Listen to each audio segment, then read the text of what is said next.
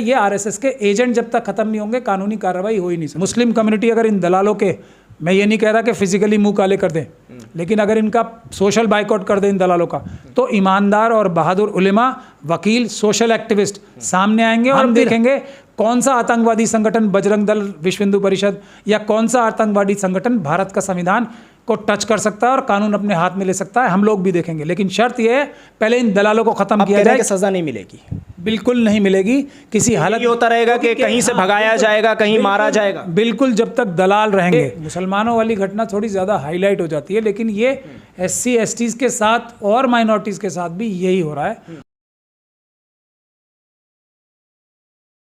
हरिद्वार से इस वक्त 2 वीडियो सामने आए हैं। पहला वीडियो बकरीद को लेकर है, क्योंकि अभी कुछ ही दिन बाद बकरीद करीब आ रही है, तो उससे पहले माहौल गरमाने की कोशिश कुछ नफरती संगठन कर रहे हैं। हमेशा से करते हैं, कोई नई बात नहीं है।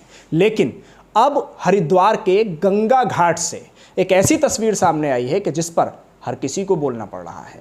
एक आम सा मुस्लिम परिवार गंगा घाट पर बैठा हुआ था, उसी बीच एक नफरती चिंटू, जिसको गुंडा कहना कोई गलत नहीं होगा, वो बाकायदा गुंडागर्दी करता नजर आया और उन्हें वहां से भगाता हुआ नजर आया और यह भी कहा कि यहां सिर्फ हिंदू आ सकते हैं, आपका कोई काम नहीं है, चलिए आप यहां से भागिए। ये सारी चीजें वीडियो में साफ तौर पर देखी जा सकती हैं। इसमें मैं बातचीत करने के लिए पहुंचा हूं सुप्रीम कोर्ट के वकील महमूद पराचा साहब से, क्योंकि इस तरह के जो मामलात हैं उन पर कानूनी पहलू भी बताते हैं कि आखिर ऐसा हो क्या सकता है कि जिसके बाद इन लोगों को असली सज़ा मिले, और ये भी बताते हैं कि ये सब क्यों हो रहा है। पराचा साहब, बहुत बहुत स्वागत INN चैनल पर। सवाल सीधा, बकरीद को लेकर माहौल गर्म किया जा रहा है क्योंकि कुछ ही दिन बाद बकरीद है, और उसके पहले एक वीडियो सामने आया गंगा घाट से। वहाँ एक मुस्लिम खातून और उसके साथ 2-3 लोग थे उनके परिवार के, उन सबको भगा दिया। कहा गया कि यहाँ सिर्फ हिंदू आ सकते हैं, आप नहीं आ सकते। आपका क्या वक्तव्य है? ये काम तो उन्होंने हज़ारों साल से किया है। 1927 में बाबा साहब डॉक्टर भीमराव अंबेडकर ने महाड़ आंदोलन करके पानी निकाला था ना, महाड़ तालाब से।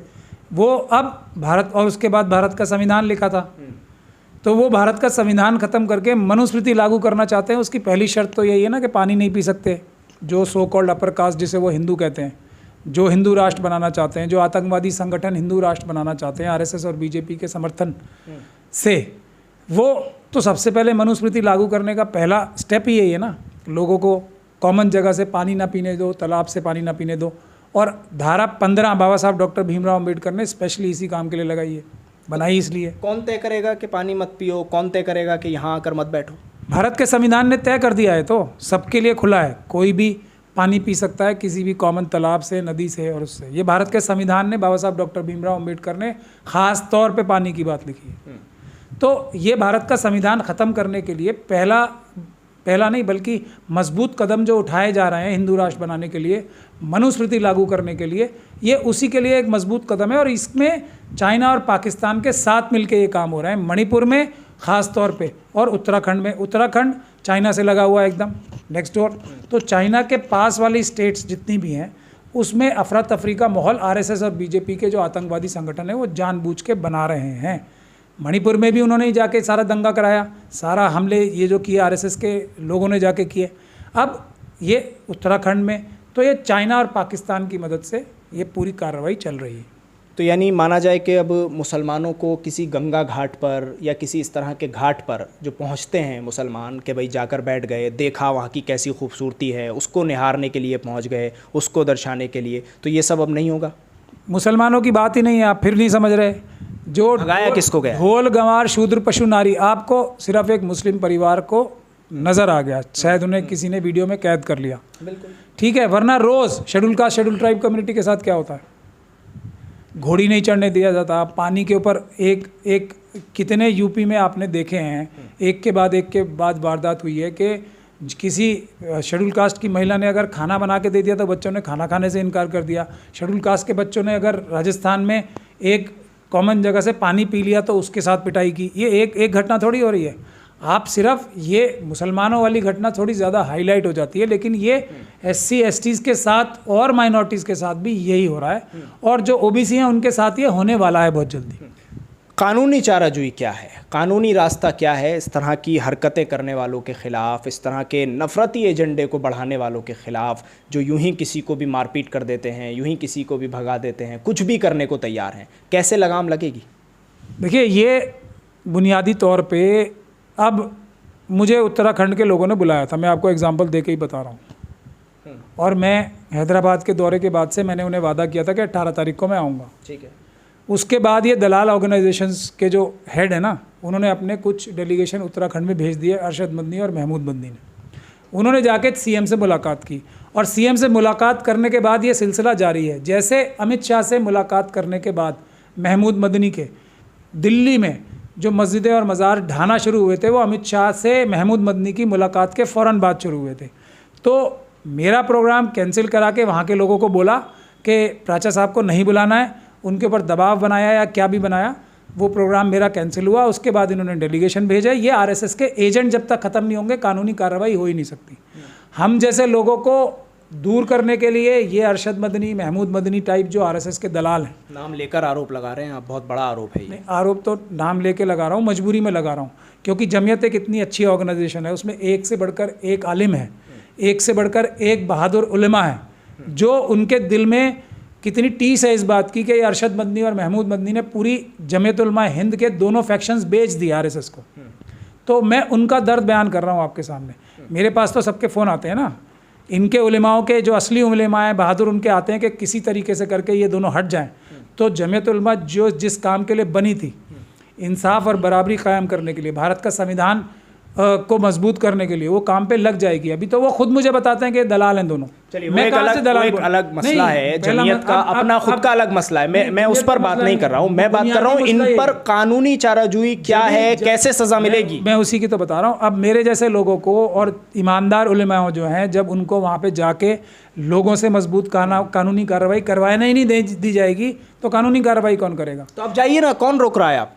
मैं जाऊं? ऐसे कैसे कोई रोक देगा? ऐसे कैसे कौन रोक देगा कि भाई महमूद पराचा यहाँ मत आइए? आप कैसे रोक देगा? मैंने बिना बुलाए जाना इसीलिए बंद किया है कि ये दलालों की पूरी टीम, पूरा जैसे ये गोदी मीडिया वाले हैं ना, सारे जो शार्क्स हैं, वो सब कूद के पहुंच जाएंगे वहाँ पे मेरी मुखालफत करने।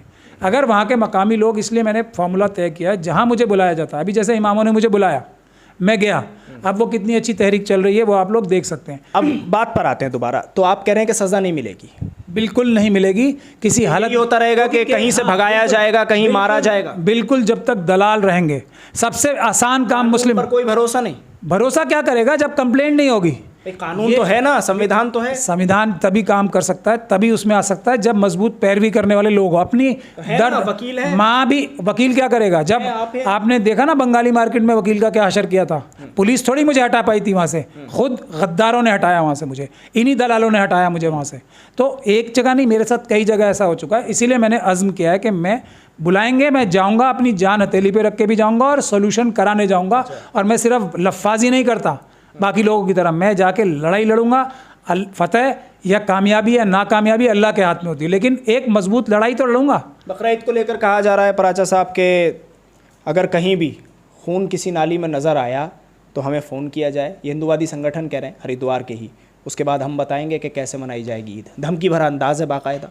और अगर ईमानदार वकीलों को, इन दलालों को हटा के, मुस्लिम कम्युनिटी अगर इन दलालों के, मैं ये नहीं कह रहा कि फिजिकली मुंह काले कर दें, लेकिन अगर इनका सोशल बाइकआउट कर दें इन दलालों का, तो ईमानदार और बहादुर उलेमा, वकील, सोशल एक्टिविस्ट सामने आएंगे और फिर हम देखेंगे कौन सा आतंकवादी संगठन, बजरंग दल, विश्व हिंदू परिषद, या कौन सा आतंकवादी संगठन भारत का संविधान को टच कर सकता है और कानून अपने हाथ में ले सकता है। हम लोग भी देखेंगे, लेकिन शर्त यह है पहले इन दलालों को ख़त्म किया जाए, क्योंकि हर जगह हमारी पीठ में खंजर भोंकने वाले, हमारी राह में रोड़े अटकाने वाले कोई और नहीं है। हमारे दलाल, ये जो बड़े बड़े हैं ना, 100-200, ये हैं। इनको ख़त्म करना तो हमारे लिए सबसे आसान है।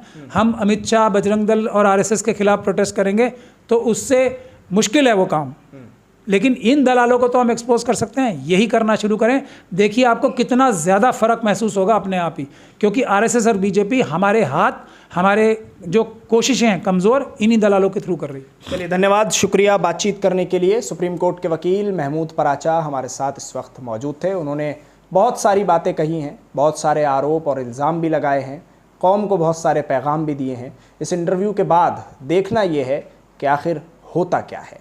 सज़ा को लेकर हमने सवाल किया तो उस पर पराचा का कहना है कि सज़ा नहीं मिलेगी। अब आप सोचिए कि ये बात क्यों कही गई है। दिल्ली से INN चैनल के लिए साहिल नकवी।